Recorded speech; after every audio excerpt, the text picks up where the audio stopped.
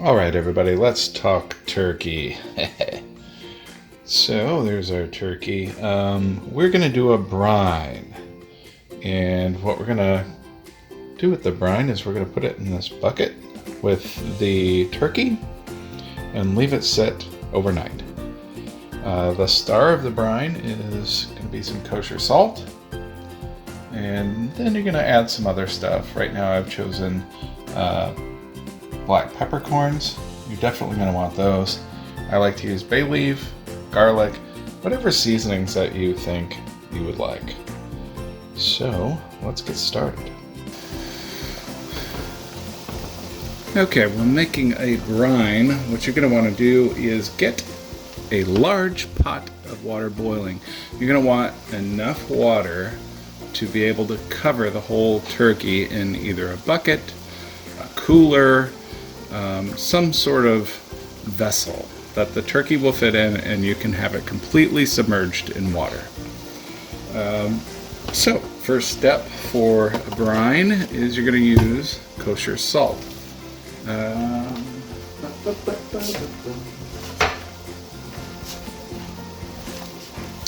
About 2 cups.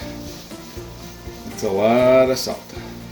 The brine is a saltwater solution, and you also put a bunch of spices and different things in there to help provide some seasoning to the turkey. This one I'm going to use the salt, I'm going to use some garlic, I'm going to use some bay leaves and peppercorns. I might throw some other things in there too, it's up to you. But the must is the salt. So let's see, salt's in. Throw some bay leaves in there. Why do you want a brine? Well, I like to have a brine for my turkey because it makes it more tender, it makes it more juicy, definitely more flavorful. I try to brine every single turkey that we do. But you know, you don't have to all the time. There are birds that you can get that are already brined. I tend to still brine mine even though they're commercially brined. There's a million different ways to cook a turkey, but my tip number 1 is to use a brine.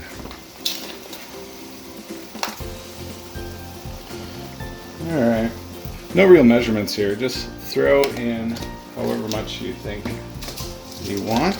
So there's some garlic there.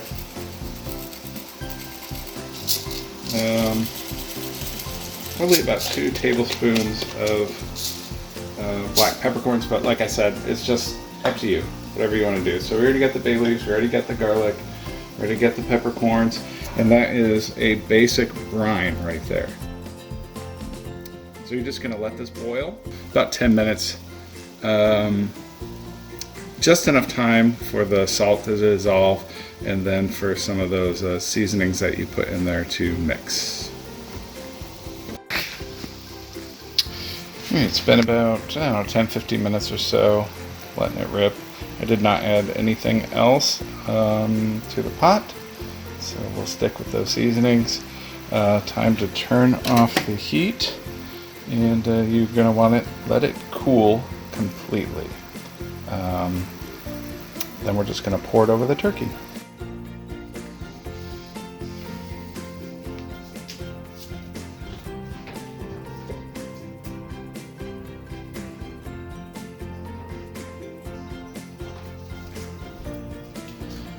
Alright, here is our turkey going in the bucket. I've just washed the bucket out. I've opened up the turkey from the wrapping, and you got to make sure that you take the little package of goodies and the neck bone out of the cavity if it's got it in there. Make sure you check. Hey, get out of there, rooks. Get out of there, rooks. Anyways, okay, so the turkey's in there, and just got to get the brine. Pour it on in there.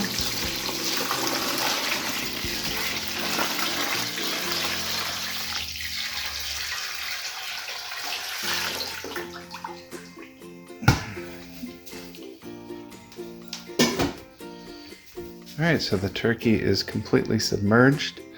I'm gonna go get the lid, put the lid on, and then I'm gonna set this outside. It's okay to set it outside where I'm at because it is going to be 40 degrees or less throughout the night, and then I'll get it in the morning. All right, so I dumped out the brine. We've rinsed off the turkey. It's pretty much ready to go. Kind of want to pat it dry a little bit. There we go. So there's several different things that you want to consider when you're doing a turkey. One of which is how you're going to cook it. We're using the pan, and we're going to use these oven bags. So that's one option. Yeah, we don't have a big, huge pan to cook that in, but even if we did, it's kind of nice to have a cheat, right? That's less right. Dish to wash. Yeah. So you can get these big roasting pans just at the Dollar Tree. I mean, you can get them at Walmart, you can get them all over. And so, like I said, one less thing to wash.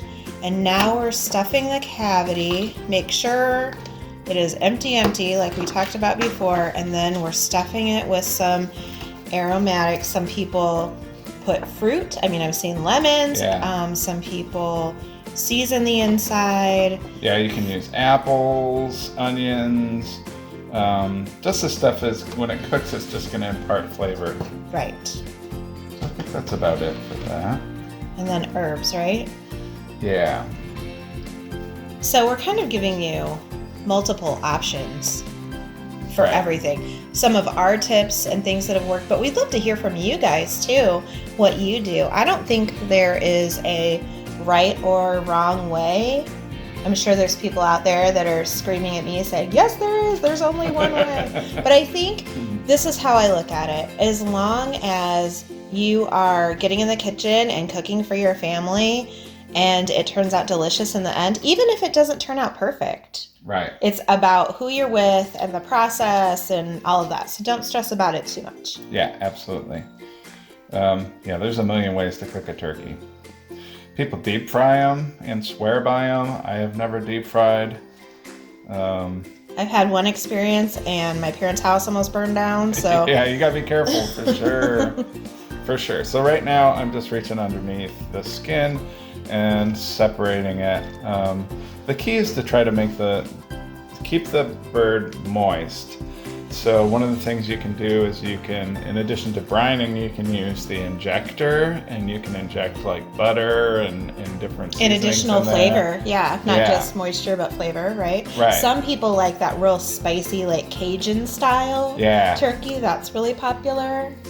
So you just kind of separate this out because it'll create that little pocket in there. And then we've got some leftover butter here.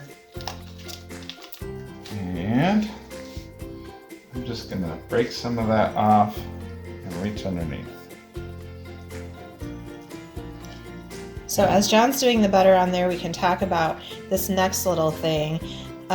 Some people cook their bird breast side up, and some people cook it breast side down. We are choosing to cook breast side up.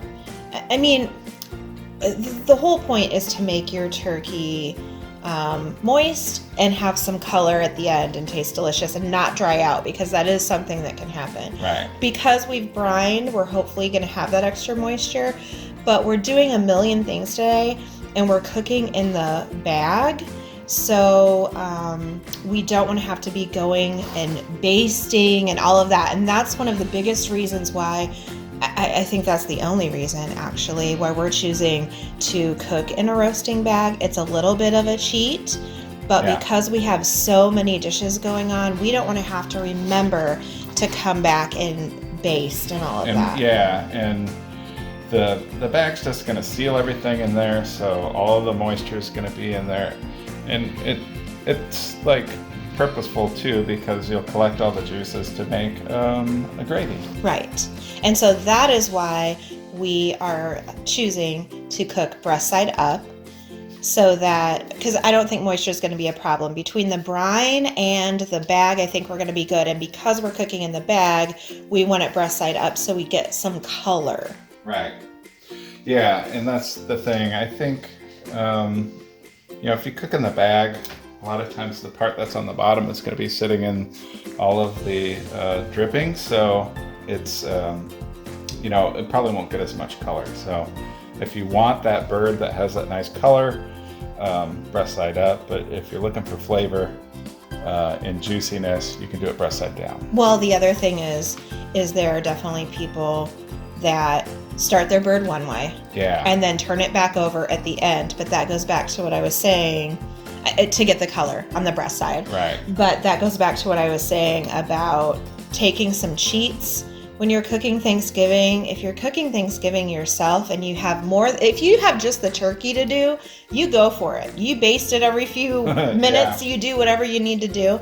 But because not only are we cooking Thanksgiving dinner, we're doing a million other things today, including, making videos for you guys. Right. We're choosing to not risk being distracted. Yeah.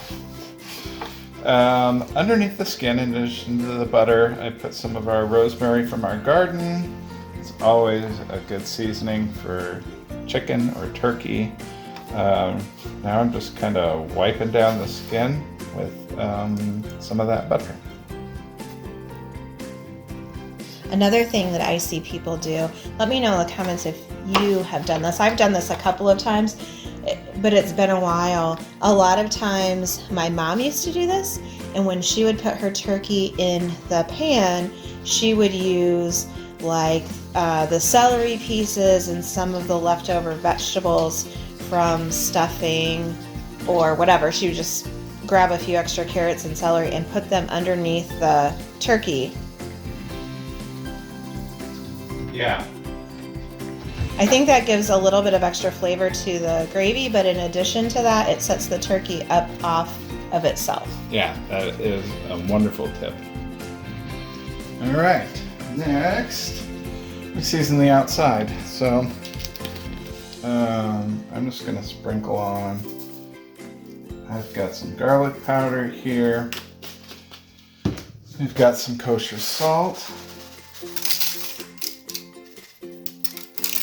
We're going to go a little bit light with that because we've brined. Yeah. And I'm going to put some pepper on.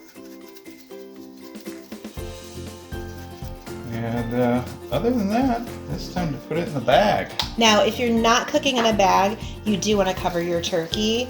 Look up, this is definitely not a recipe. This is more like cook a turkey along with us, but look it up on the internet when you need to take it off. But you're definitely going to want to cover it when you start, and then don't forget to uncover it later to get that color. Yeah. So you open up the bag, and what we're going to need to do is you're going to want to put about, a tablespoon or two of flour into the bag, and then just kind of shake it around.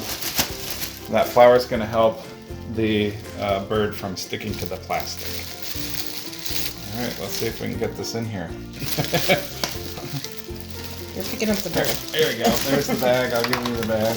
You pick it up, I'll shove it in. All right, here we go.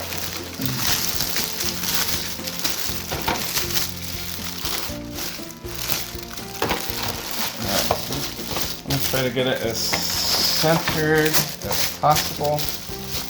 And you want to leave a little bit of air in there. You don't stick it down to the turkey.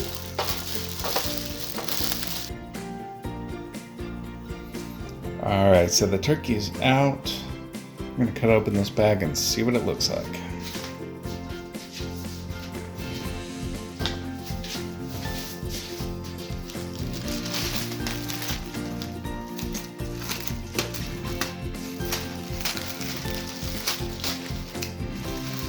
Man, that smells so good.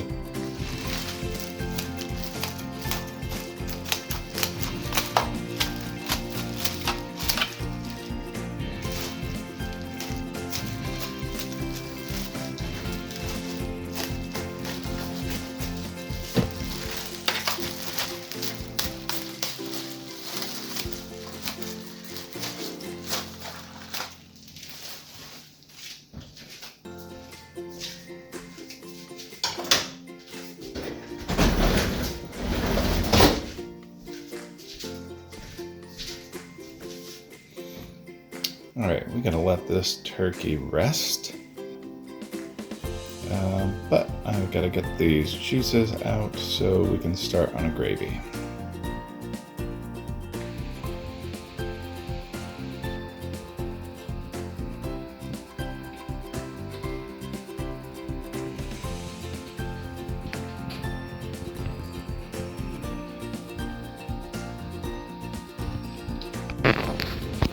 All right, and so about 3 hours later, well, a little more with rest time. A little more. Turkey has to take a nap when it comes out of the oven. It's done. Yeah, and on that note, when you take your turkey out, you're going to want to let it rest for quite some time. You can, in fact, cook your turkey kind of early and then put it in a cooler, like with some towels and stuff, and it will stay and rest for a long time. Yeah, and if you don't want to go through all that and it's just on the counter, a lot of people do aluminum foil on the top, and then you can always throw towels on the top of that to keep it kind of insulated, but you definitely want to let your turkey take a good long nap.